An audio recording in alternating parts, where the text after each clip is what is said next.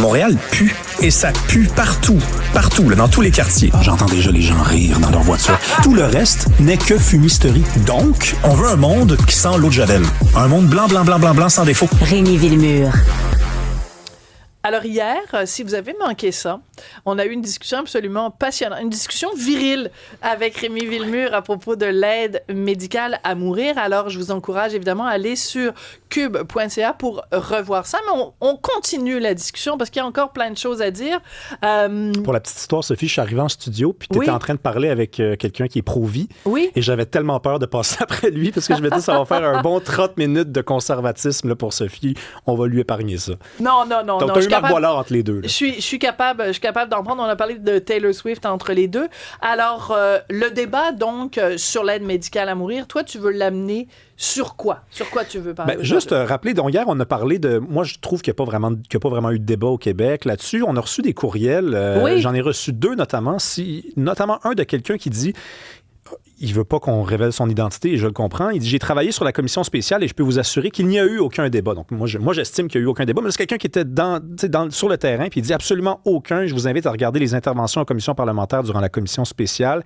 Certains intellectuels très courageux et d'autres membres du corps médical ont parlé contre l'élargissement de l'aide médicale à mourir. Leurs témoignages n'ont jamais été retenus.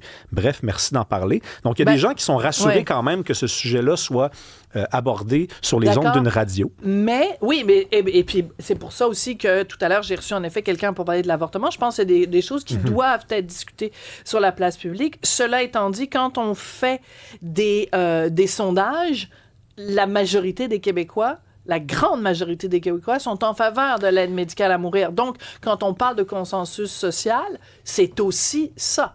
Oui, et là, tu me diras peut-être que je suis de mauvaise foi, mais j'ai l'impression qu'il faut quand même... Il y a certains consensus que je trouve douteux, moi. C'est-à-dire que quand il n'y a pas de débat et que tout le monde est d'accord, ben est-ce que tout le monde est d'accord parce que tout le monde est d'accord ou est-ce que tout le monde est d'accord parce que... Alors, je vais te retourner, je vais faire l'avocat du diable. Quand la majorité des Québécois sont pour la loi 21, tu trouves ça formidable. Et quand la majorité des Québécois sont pour l'aide médicale à mourir, là, tu dis, ah ouais, mais peut-être qu'ils étaient pas assez non, ma chère informés. Sophie, il y a eu un débat autour de la loi 21. On le sait qu'il y en a eu un. Ça a pris des années. Ça fait 20 ans qu'on parle de laïcité au Québec, au moins. Donc, moi, on peut pas comparer la loi 21 et l'aide médicale à mourir. Non, mais c'est pas ça que je faisais. Non, mais je parlais en termes de débat de société. Oui, mais moi, il faut alors comparer un sujet où il n'y a pas eu de débat à un sujet où il n'y a pas eu de débat. La laïcité, c'est un exemple de sujet où il y a eu un débat. Mais bon, sur la question d'aide médicale à mourir, hier, on avait commencé à parler de ce que j'appelle une rupture anthropologique. Puis après, il a fallu qu'on se laisse. Moi, je pense qu'il y a des questions qu'il faut qu'on se pose par rapport à l'aide médicale à mourir. Qu'est-ce que va être le Québec dans 15-20 ans? Si on suit, par exemple, une tendance, je rappelle que Georges Lespérance ne voit aucun problème à ce que 10 à 15 Oui.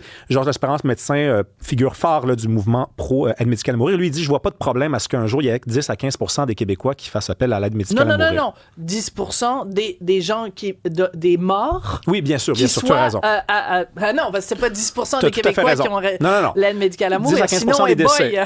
Non, mais écoute... Oui. Voilà, des décès dus à l'aide médicale à mourir. Ouais, donc quel genre de Québec on se prépare? Ben oui, moi je lance la question. Parce que là, on n'arrête pas de dire je vois pas de problème avec n'importe quel pourcentage. Faut pas penser au pourcentage. OK, mais est-ce que le Québec va être le même?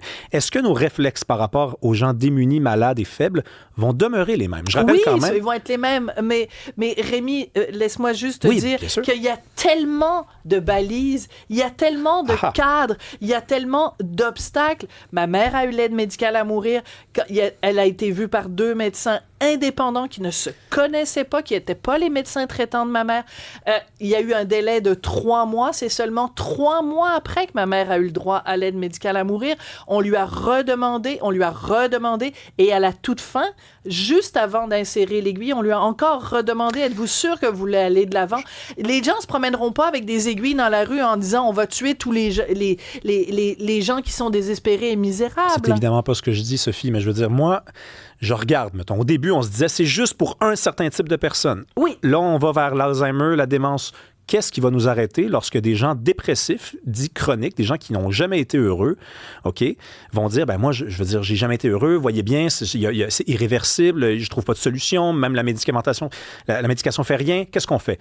Qu'est-ce qu'on va décider comme société? Est-ce qu'on va décider d'aller plus loin?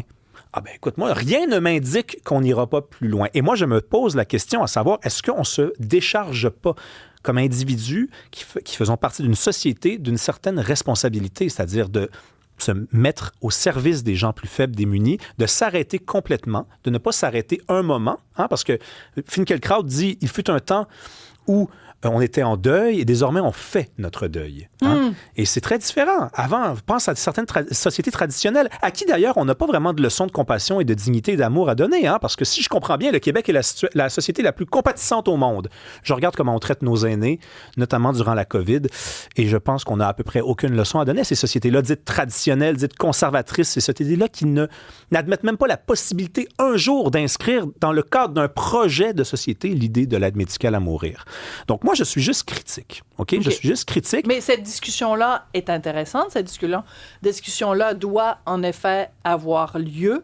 Moi, ce que je dis simplement, c'est tu peux avoir cette discussion-là. Prends le temps juste de t'asseoir. Autrement dit, tu as une discussion théorique et philosophique et sociologique et anthropologique.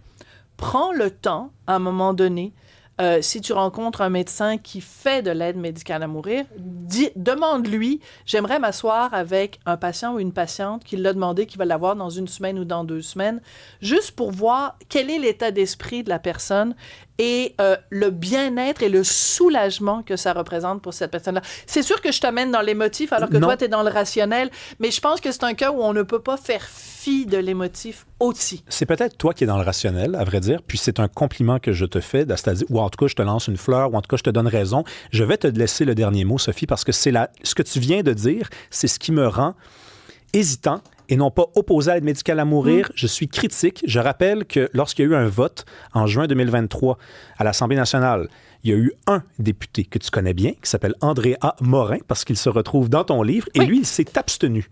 OK? Il n'a pas voté contre comme 2 députés du Parti libéral du Québec. Oui, c'était lui qui voulait qu'on fasse enlever le mot « femme » d'un projet sur la procréation assistée. Donc, pour une fois, il a été sage, il s'est abstenu et j'aurais fait la même chose. Voilà. Ben, j'adore ces discussions. En tout cas, ça aurait été le thème de l'émission. Merci et à demain.